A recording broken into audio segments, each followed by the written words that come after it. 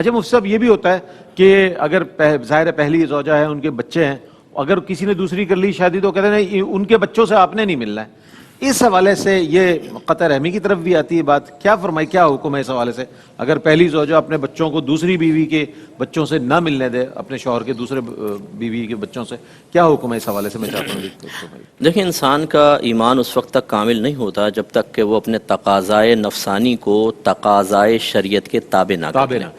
یہ ہوتا ہے، ایک فطری تقاضا ہوتا ہے، بعض اوقات ہمیں کوئی چیز بری لگتی ہے یا طبیعت، ہماری جو انٹرنل فیلنگز ہیں وہ کسی چیز کو ایکسیپٹ نہیں کر رہی ہوتی، قبول نہیں کر رہی ہیں، لیکن ہمیں غور کرنا ہے کہ اللہ کا حکم کیا ہے۔ صحابہ کرام علیہم رضوان کو جب نبی کریم صلی اللہ علیہ وسلم نے اسلام اور ایمان کی دعوت دی تو ان کی جو باطنی کیفیات تھیں وہ دیکھیں نا، برادری ہے، خاندان ہے، قبائل ہیں، اور وہ تو بڑے اٹیچ تھے، ان کے قبائلی نظام بہت زبردست قسم کا تھا، اور وہ مکہ کے جہاں ان کا بچپن گزرا، جو جائے پیدائش تھا، وہاں باغات ہیں، کاروبار ہیں ان کے، لیکن اللہ کے نبی نے فرمایا تمام تقاضائے نفسانی ایک طرف، انہوں نے احکام شرع کو بنیاد بنایا، اپنے خواہشات کو اس کے تابع کیا تو اللہ نے عروج عطا فرمایا۔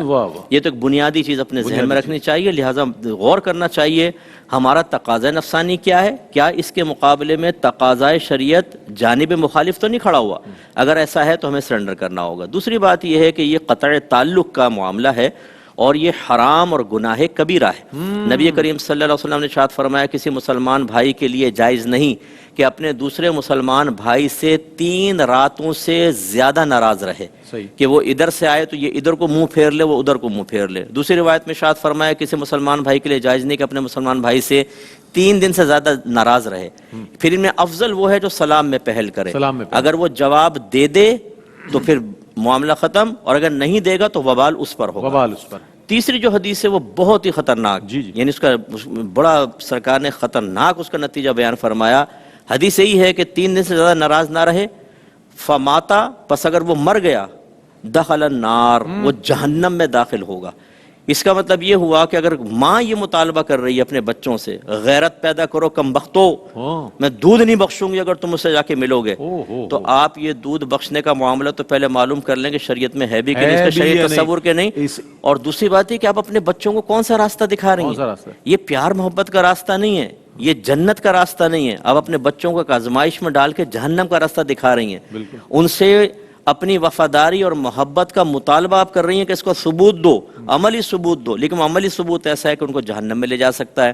اس لیے اچھی طرح یاد رکھیں، اگر والد صاحب نے کر لیا ہے تو دوسری جو ستیلی والدہ ہوتی ہیں، یہ شرعی مسئلہ یہی ہے کہ ڈائریکٹ اس کا ستیلے بچوں پر کوئی حق نہیں ہوتا، لیکن چونکہ وہ والد کی منکوہاں ہیں، اس اعتبار سے ان کا عزت اور احترام قائم رکھنا ہوگا۔ یہ نہیں کہ ماں بہن کی گالیاں دیں فون کے اوپر کہ تم نے ہمارے باپ کے ساتھ ایسا کر دیا۔ ہوتا ہے جی حضرت، یہ میں تو 30 سال سے یہ معاملات دیکھ رہا ہوں نا، ہر تیسرا کیس طلاق کا آ رہا ہے ہمارے پاس، اور اس طرح کے معاملات کے اوپر آ رہا ہے۔ یہ بالکل غلط، اور اسی طریقے سے قطع تعلق کر لینا ٹھیک نہیں ہے۔ اپنے ایک مسلمان بھائی سے منع کیا سرکار نے، کیا وہ آپ کے مسلمان بھائی نہیں؟ اور ان کا تعلق تو والد صاحب کے ساتھ ہو گیا۔ تو اس لیے پیار محبت کا ماحول قائم کریں، انشاءاللہ ایک دفعہ ہمت کریں گے، اس کے رزلٹ اتنے اچھے آئیں گے، دنیا میں بھی فائدہ، آخرت میں برکت۔